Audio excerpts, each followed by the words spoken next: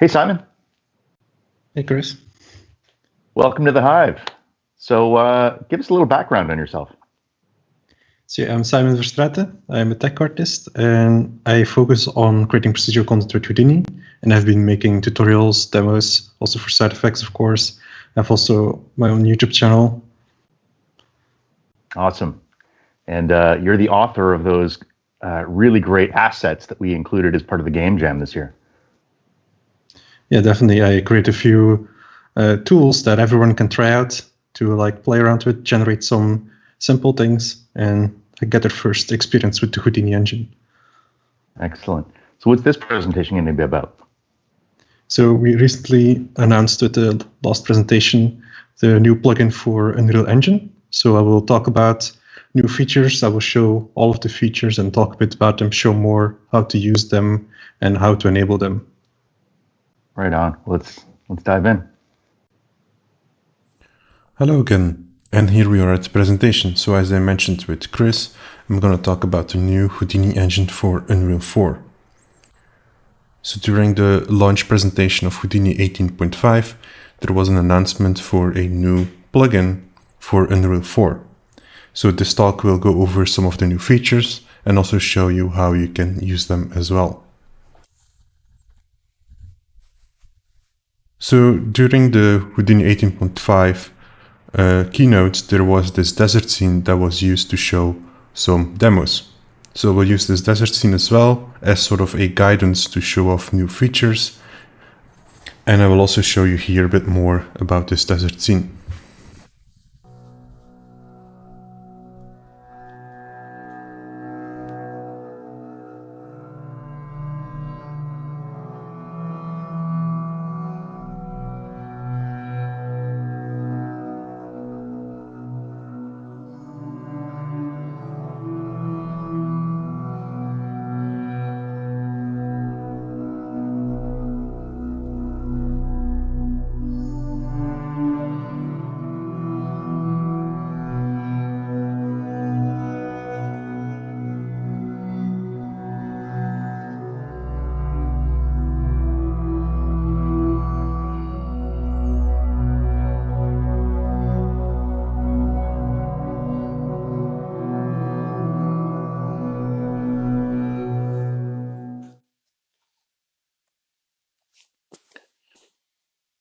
So this desert scene was a procedurally generated scene with Houdini and working, of course, in Unreal Engine. I've also used some Quixel assets and assets of my own to make this possible. So again, what you see here is generated procedurally. So we generated landscapes, placed down procedurally foliage, rocks, and other models. Here is already a quick look inside of Houdini. So I generate this landscape, and on the landscape you can see a couple of these points. So each of these points contain an instance, which can then be rocks, foliage, and other things. You can also see here that I used a BGG setup, which I will talk about more later in this presentation. Now, before I jump in all these new features of the new plugin, let me just talk about Houdini Engine in general. So what is Houdini Engine? So this is the plugin that allows us to open Houdini tools inside of game engines. So for example, we have support for Unreal and Unity. This will work in editor time. So this will help you build your worlds faster. So you can have a house generator, rock generator, or other building tools that can help you make your environments or other things way faster with a procedural workflow. The Houdini engine itself is included in the installer. So whenever you install Houdini, always keep an eye out on enabling the Houdini engine to be installed as well. Now let's look at the general workflow of using Houdini engine. So we will have a Houdini user who can make these awesome procedural tools. So for example, a house generator, certain world generator, or other building tools to help up speeding certain processes of your workflow. Now these tools or digital assets can then be shared with the studio. So everyone can look at these tools and use them. So with the Houdini engine, everyone is able to then open it in, for example, Unreal, Unity, Maya, 3ds Max, and other software as well. So it doesn't require everyone to be a Houdini user. As long as they have the Houdini engine, they will be able to open these procedural tools in other software and use them in a user-friendly menu. So let's take a look here at Unreal. So here I have a building generator, and on the right side we have that menu. So as you can see in that menu, we will have a few parameters and buttons to then, for example, cook the asset or change, for example, the floor height and so on. So this menu is user-friendly and only has the parameters you can build for it. Let's look here at the video of that. So here I have a sci-fi portal that I used in my desert scene. And I have here a few parameters where I can change, for example, the radius, the band size, other lengths, rotations, and so on. So this allows me to quickly get variation on this model. So if you want, for example, 20 different versions of this model, I can easily, under an hour, bring up 20 versions, and then we can always decide what are the best versions and go from there. Also, this model uses some nice trim sheet tools. So with Houdini Labs, we will have soon some trim sheet features to procedurally generate that.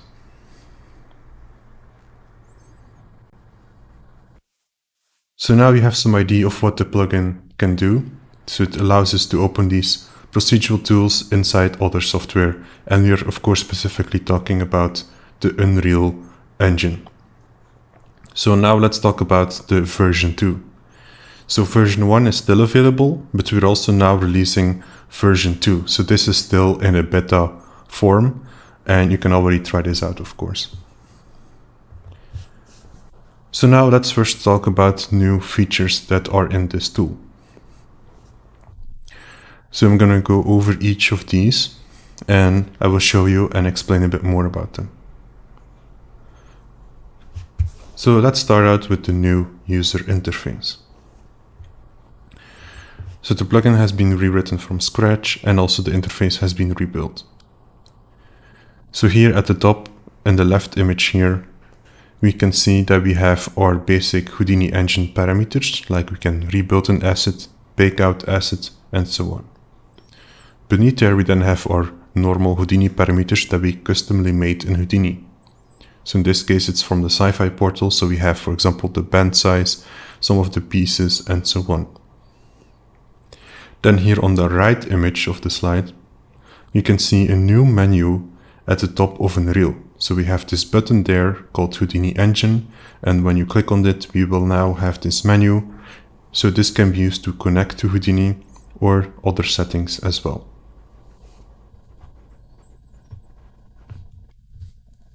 Now overall, the menu has gotten a cleanup.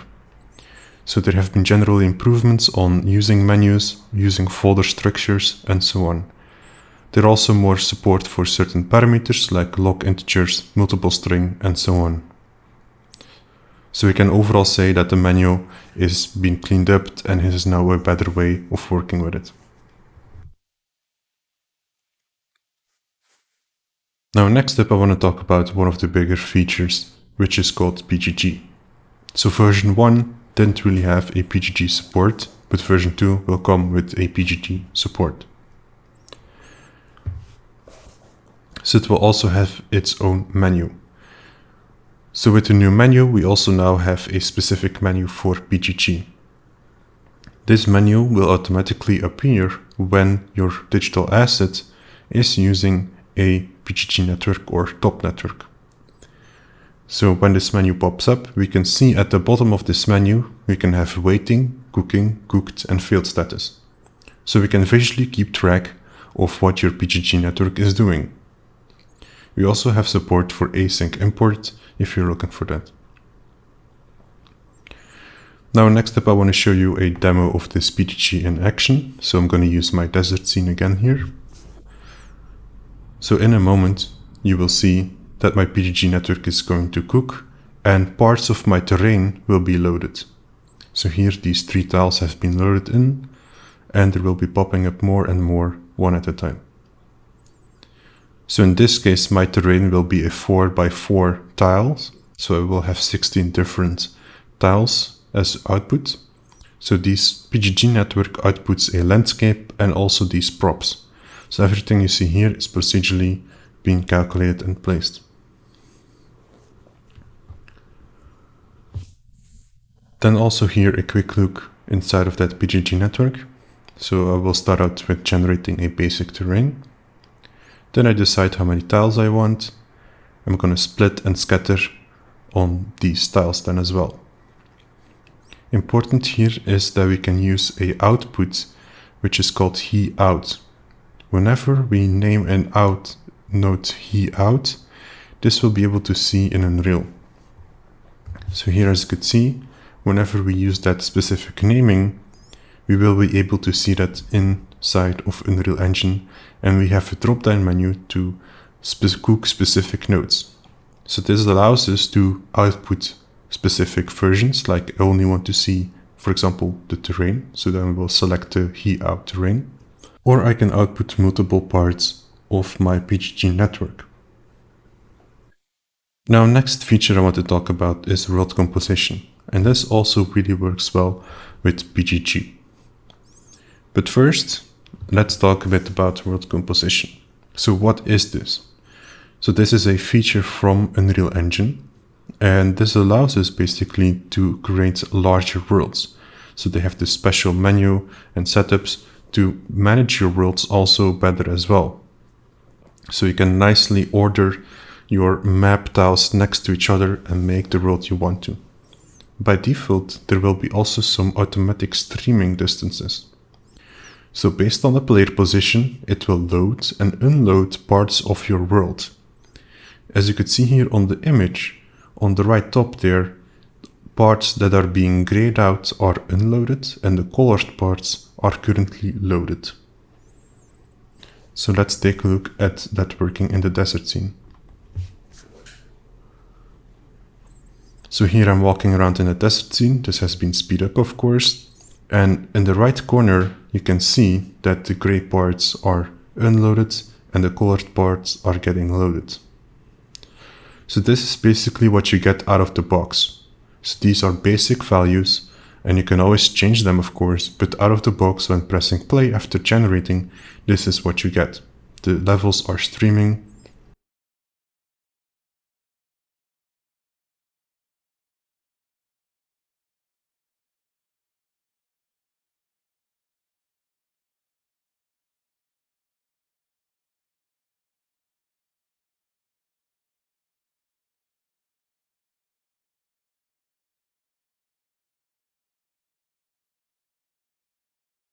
So now let's talk a bit about the workflow of this.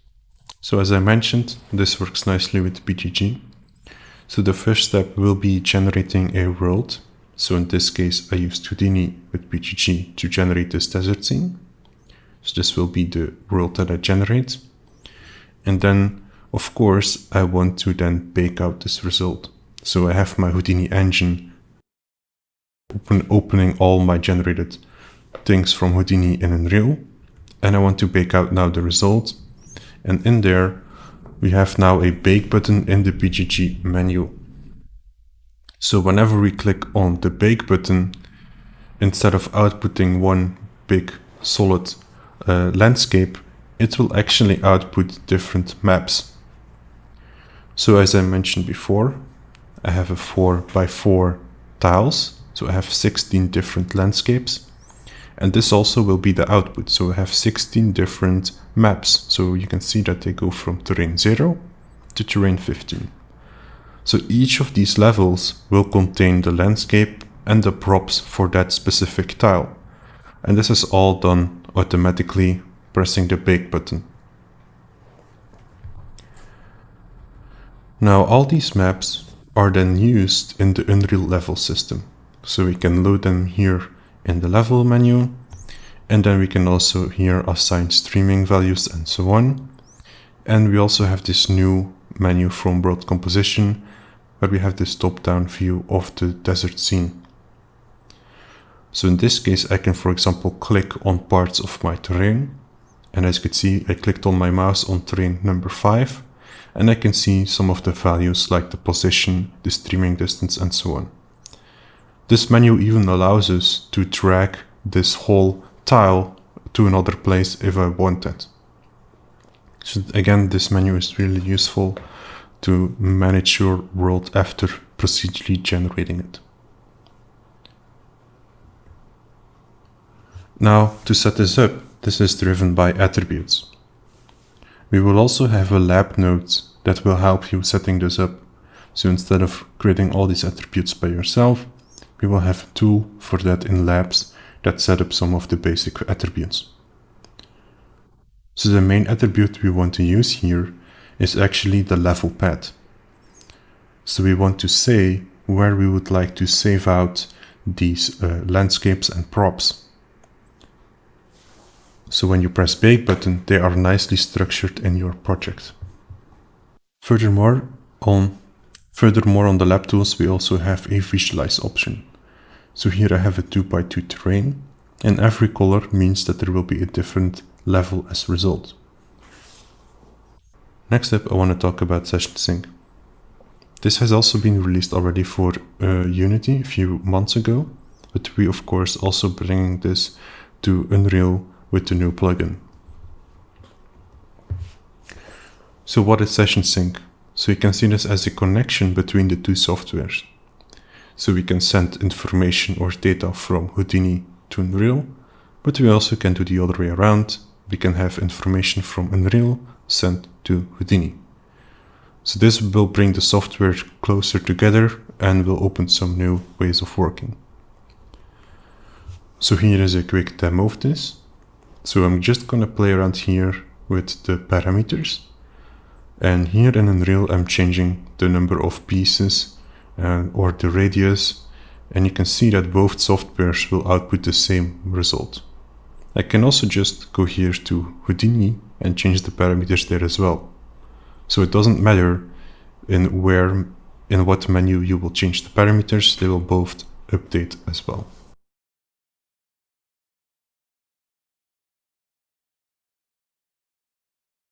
Now this opens some new possibilities.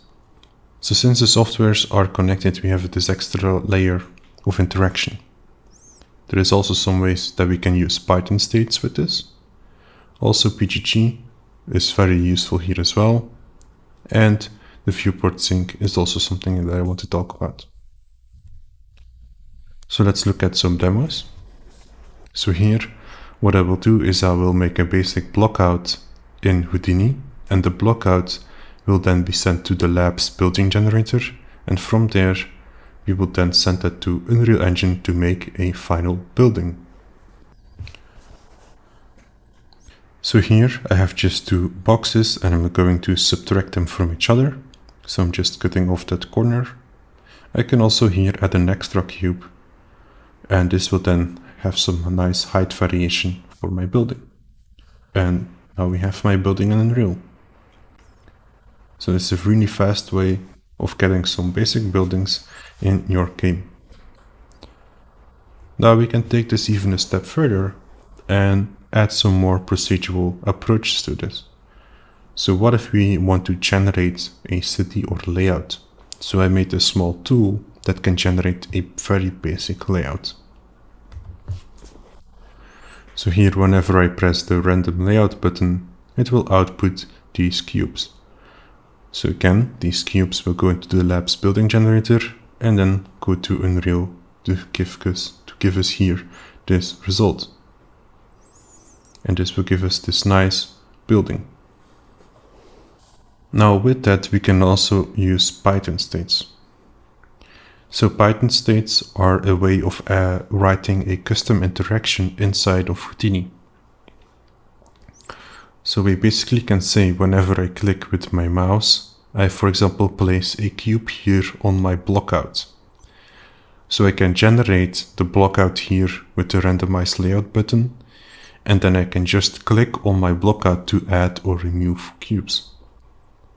So let's look at the demo here for that as well. So as you can see, whenever I click, I place down these cubes, and these changes, of course, getting automatically transferred to Unreal.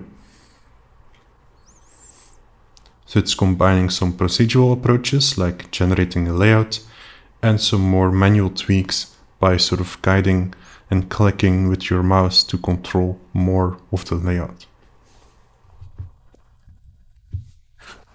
Now, as I also just mentioned, there is also BGG with this as well. So whenever we generate something with BGG, we can always keep track in the background where items are cooking. So the new BGG menu inside of Unreal is great, but it doesn't show in detail on what specific node or what specific part it is cooking at the moment. So that's why it's always nice to have a session sync open, so we can visually see on what specific part it is calculating the network. This also allows us, for example, for debugging. When there is an issue, like we have failed items or we have weird placement of certain props or landscape, we can then always go back here in Houdini with the session sync enabled, and we can double check here or working items and see where things went wrong.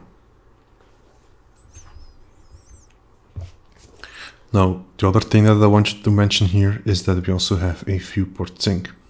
So here I'm moving around in Unreal Engine, and you can see that the exact same angle has been transferred to Houdini.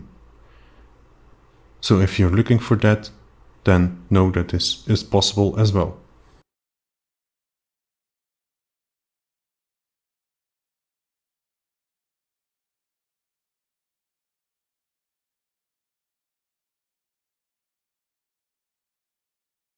Now overall, I would say that session sync is really powerful. This will open definitely some new ways of working, and personally I really like it for debugging. When you are working on a tool, it probably will happen that some issues will happen and that you need to debug. So now with session sync, I can have an issue in Unreal and I can immediately see in Houdini at what part my tool did not fully work. So it's a great way for debugging. And overall, this opens some new possibilities. Like we can, for example, generate a blockout shape, use that in a house generator and send that to Unreal. This also works some possibilities with Python states, as I also showed you here. Now, I'm going to talk here a bit about how you can use this as well.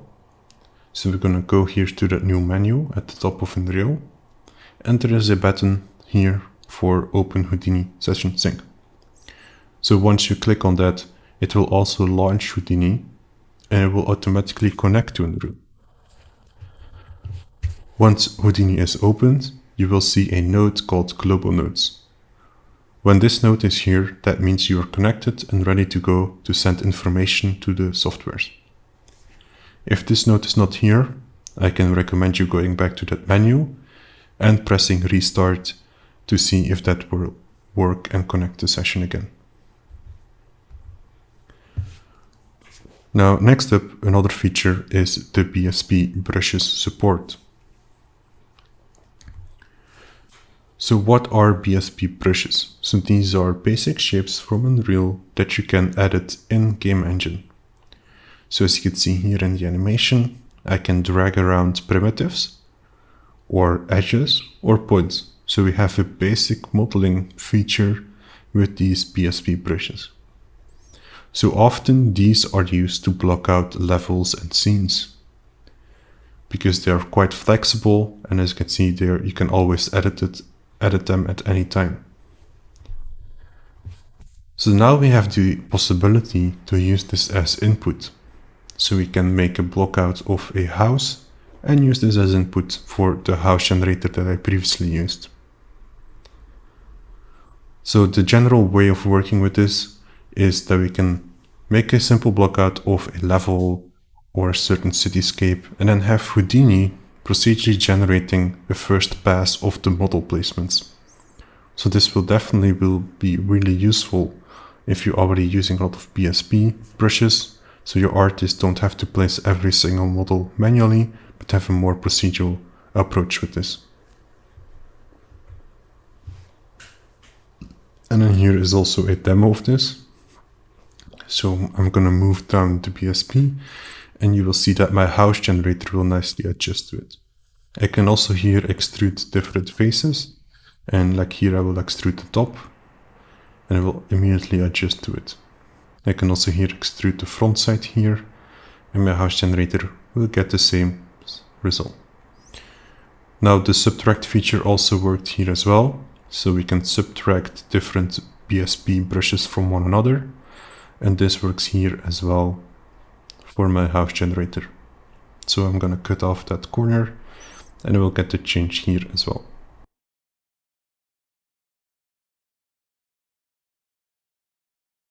Then next up is importing BGEO files. So what are BGEO files in the first case? So these are the default file type of Houdini. So whenever you are caching out geometry or using PGG, the basic type of file will be a BGEO type. Now we have the possibility to import this file type inside of Unreal Engine. So if you use this a lot and you want to import your BGEO files, this is possible. This will also mainly support meshes and instances. So let's look at an example of that. So I've built a very simple setup with a box and 4 instances, and I will import this inside of Unreal. So here I will press the import button, select my file. This will then get imported. And as you can see, I also have this blueprint, and the blueprint is containing my instances. So this has an instance actor, which is containing my 4 boxes that I instanced. Also here we have then the static mesh, which is then the mesh that I created in Houdini. So here's that file again. So just the basic cube and 4 instances, and that's it. So that works nicely with the new integration of BGEO files. Next up is I want to talk about blueprint support. So now we have the possibility to open our tools or HGAs in a blueprint. So we have this new component, as you can see here on the image, we have a Houdini asset component. So this will mainly create instances and new geometry, so we can procedurally generate geometry in a blueprint. And I also want to say that this is still an early on experiment, so this is an early look at this integration. So know that this is still very basic in use. So here is an example of that. So I can add my Houdini asset component.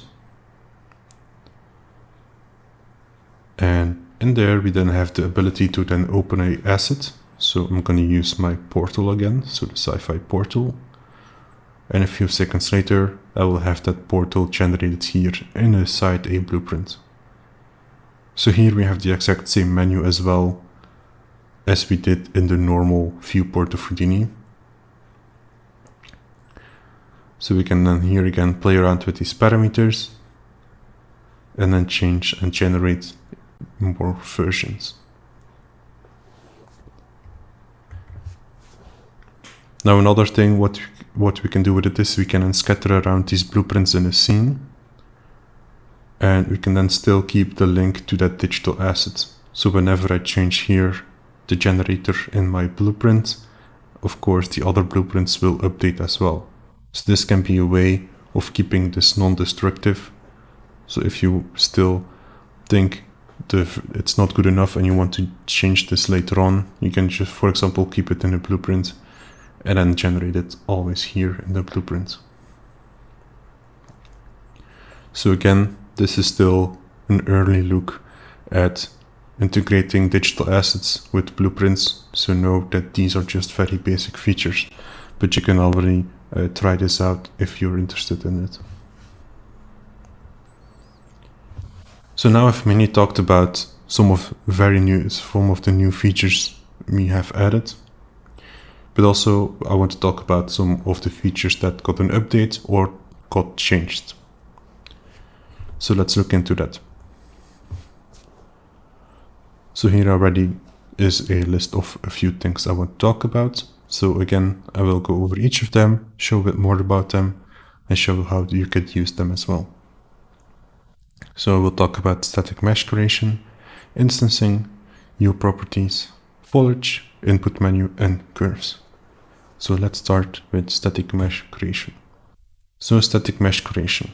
So basically, whenever you generate procedural geometry inside of Unreal, this will be faster. So I'm not talking about making instances, I'm talking about really generating new geometry inside of Unreal. So overall, this will be way faster. So whenever I drag and drop my tool inside of Unreal, it will calculate faster. And also when I change a parameter, like the radius of the sci-fi portal, it will be faster than version 1. We also have something which is called a proxy mesh, which I will show more in a few seconds. So now let's compare them. So I can say that they are faster, but you probably want to see how faster they are. So we have version 1, which is the version 1 that has been available, and version 2 is now the new version from 18.5. So in a moment I will show you a video, and in the video I will change the radius of this sci-fi portal. So here I'm going to change the radius, and here it took around 3 seconds. So this is also in real time. So here, putting them next to each other again. So version 1 took around 9 seconds, and version 2 took almost 3 seconds. So this is already a huge improvement on the version 1. Also, so for more information, this model was about 55,000 primitives. So this calculated pretty fast for this huge amount of primitives. So overall, this will of course depend on each tool. So this is the result that I got, but having a different tool, having more geometry can have even more impact. So it will definitely depend from tool to tool, but in this case, I got a pretty huge boost from just generating this portal. Now, as I also just mentioned something about proxy mesh, we can even go faster by enabling the proxy mesh feature. So I'm going to show you a clip of that. And you can already see that immediately, almost after 1 or 2 seconds, version 2 got updated, while version 1 is still on that 9 seconds.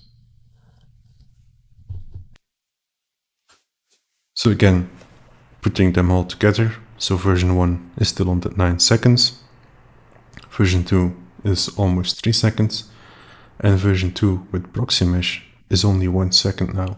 So that's extremely fast compared to the other ones.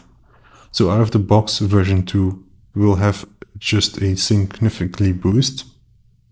But if you want even faster generation, you should be able to also enable proxy mesh to make that even faster. So some more information about proxy mesh. You should only use this for generating these versions.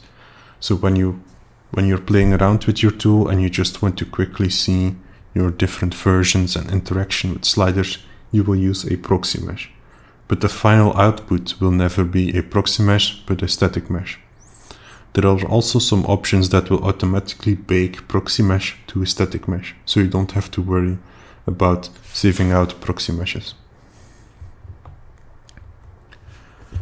Now you might want to try this out for yourself, so I'm going to show you where to find these options. So we're going to go here to the Houdini Engine menu, and in there we're going to go to plugin settings, and in plugin settings there is a toggle for proxy mesh generation. So once this is enabled, we will use now proxy mesh on all of our digital assets. So in that menu there are also even more settings. So for example, we can say that after 20 seconds it will auto bake to a static mesh, and so on. Also important to know is whenever you see a Houdini icon above your tools, that means that proxy mesh is currently in use. So know when you see the icon that this is a proxy mesh and not a normal static mesh.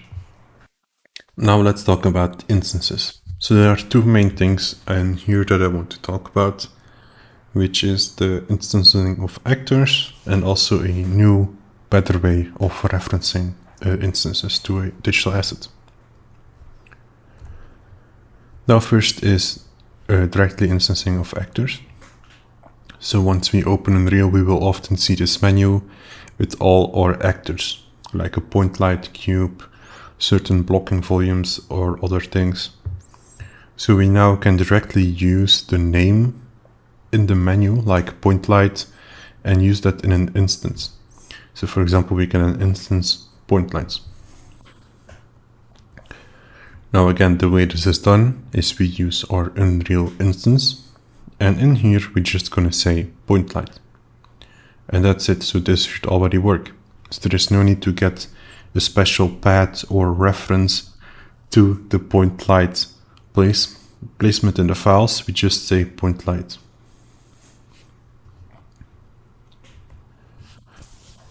And now next up here is then the better way of adding references. So we can now drag and drop models into a string value. So this will automatically get the path on where the bush is stored in this case. So before, we had to right click on the model, get the path, copy paste the path in the string, and then it will work. But now we can just drag and drop this. So let me look at an example. So here again, I can drag this and drop this in the string. And then we have this updated here. And that's as simple as it is. So this allows us to way easier add or custom models to specific instances of a digital asset.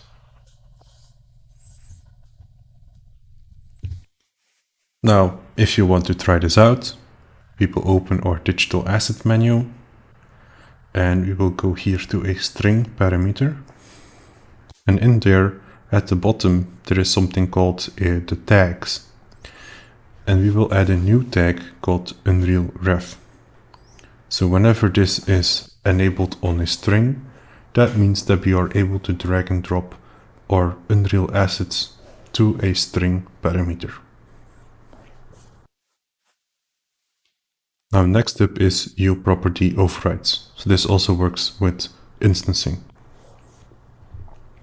So Uproperty Overrides, what is this more specifically, is that we can override Unreal properties or values. So we can control a Unreal value, like for example the color of a point light, or we can for example set a material. So here is an example of this. So I have my Houdini tool who is generating point lights in the scene, and in there I can for example control the color or the intensity. So as you can see in the Houdini tool, I set a red color, and then in Unreal it will then also copy that red color as parameter there. So we have Houdini controlling Unreal parameters or values. So this allows us a new way of working, where in this case I can control the light color of each light I instance. Another example here is that, for example, we can set material. So we can set different materials on each instance. So this will help a lot when you're instancing a lot of, for example, here these crates, but you want some material variation in there so they don't look all the same. So in this case, sometimes they will have like this metal look, sometimes they will just have the normal look. Then you might be wondering on how to set this up. So again, this is driven by attributes. So a lot of these new features are driven by attributes. And we need to create a new attribute called Unreal Uproperty. And then we want to say what property. So in this case, light color. So of course, this is referencing to, in this case, the light color from a point light. Then I'm going to set this to a type vector and give this the value of a red color. And this is how we can set and override U properties. So this can be very useful if you want to, for example, here get spam lights with colors, or set different materials. Then again here, we can also do it a bit more advanced and place down some wrangle nodes. So we can just here type in Unreal property for the intensity, give it a random value, and also here set new property for the light color and also give it a random value. So this opens some new possibilities, and for example this can be the beginning of generating some procedural lights in a scene, for example.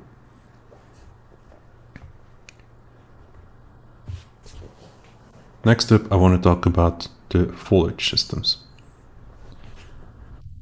So Unreal itself has this nice foliage system where you can paint grass or remove grass with a brush. So Houdini has now a better way of working with that. So what we want to do is when we generate our foliage, we want it to have automatically added our grass to the foliage system. So here I have a tool that generates this foliage. So this is also foliage from the Quixel, and I want them to automatically be added to here the foliage system. So by just adding a attribute, we can automatically add the grass to the Unreal foliage system.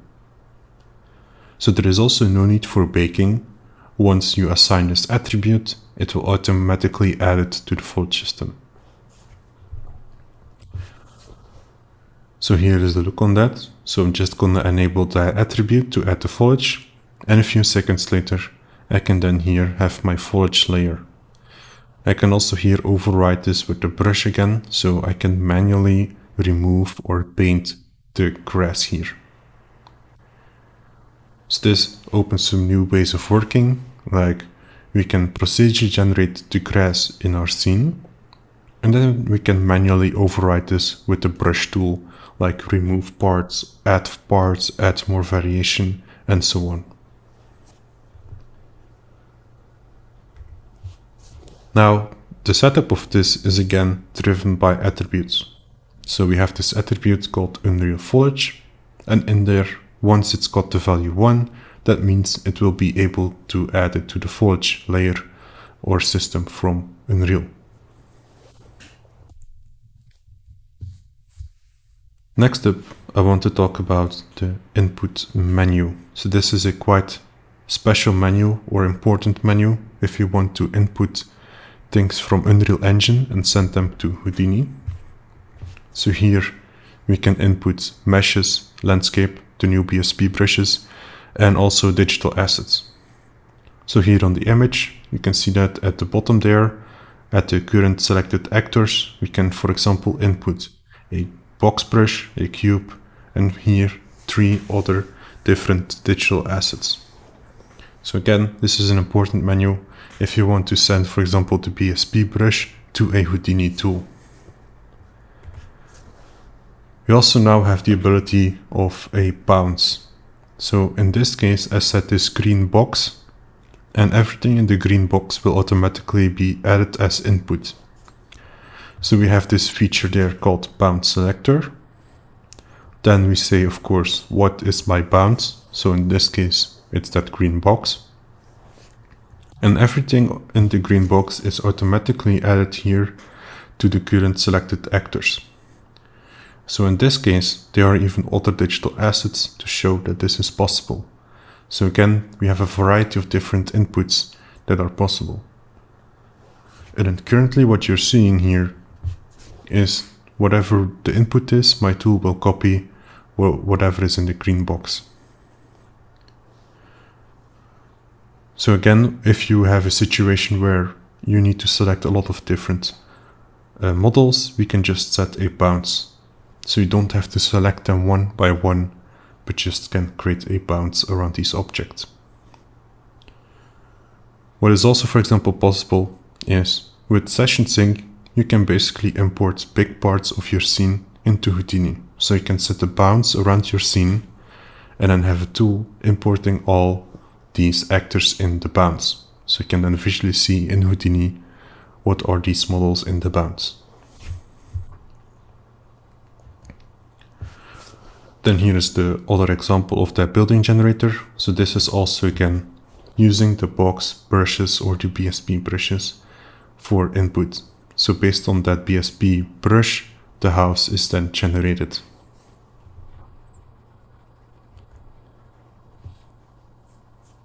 Now next up, let's talk about curves. So before we were able to also have editable curves in digital assets and so on.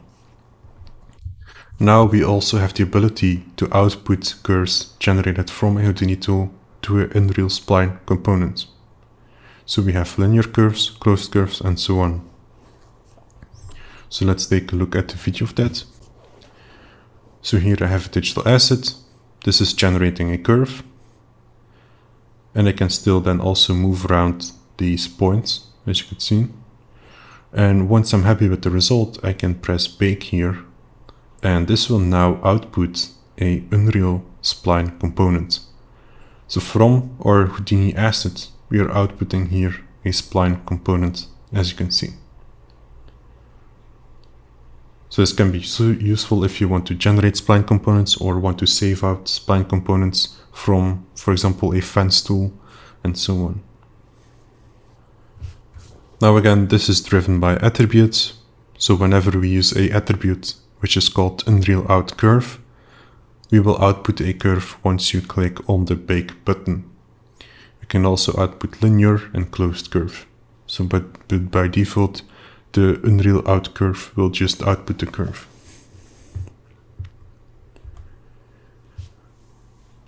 So that was it for most of these features that I wanted to talk about. There are some more changes here and there, but these were the main features that I wanted to show you in this presentation. So you have a really good idea now of what to expect from the version 2. So if you're interested, definitely try them out. And what I also wanted to mention here is we have backwards compatibility. So currently you might be using a lot of V1 tools in your project. And with backwards compatibility, you will still be able to use those tools in a V2 project.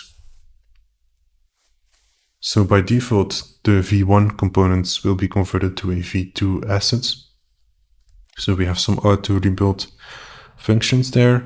And also this can be turned on or off in the plugin settings. And I definitely want to mention that use this at your own risk. There are still a few issues here and there that are known that might cause issues. Feel free to let us know if you found any issues so we can look into that so the backwards compatibility works even better. Then the desert scene. So I have used this desert scene as a guidance to show off some of the features, like generating the world, the sci-fi portal, and so on. So this desert scene will soon have a tutorial.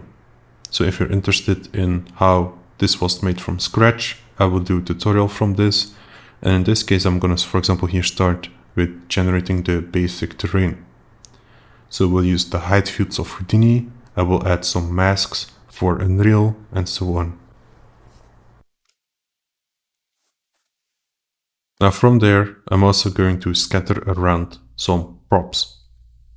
So I'm going to slice the terrain in multiple pieces. So in my case, I had a 4x4 terrain. So I will have 16 pieces. And I will place down here some cliffs, some rocks, some foliage, some palm trees, and so on. I will also manipulate the terrain so they, for example, nicely blend with the cliffs. Then furthermore, once we have the whole terrain and scattering setup, let's integrate that then in BGG as well. So again, I will generate the base terrain, calculate how many tiles I want, and then split and scatter each of these tiles.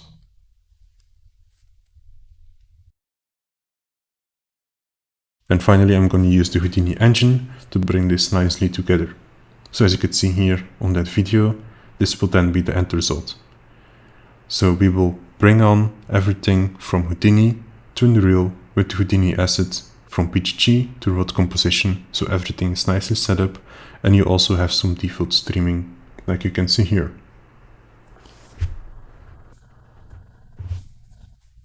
And that was it for the presentation. So I hope you enjoyed it. I hope you are inspired to try out some of these new features, and thank you for watching.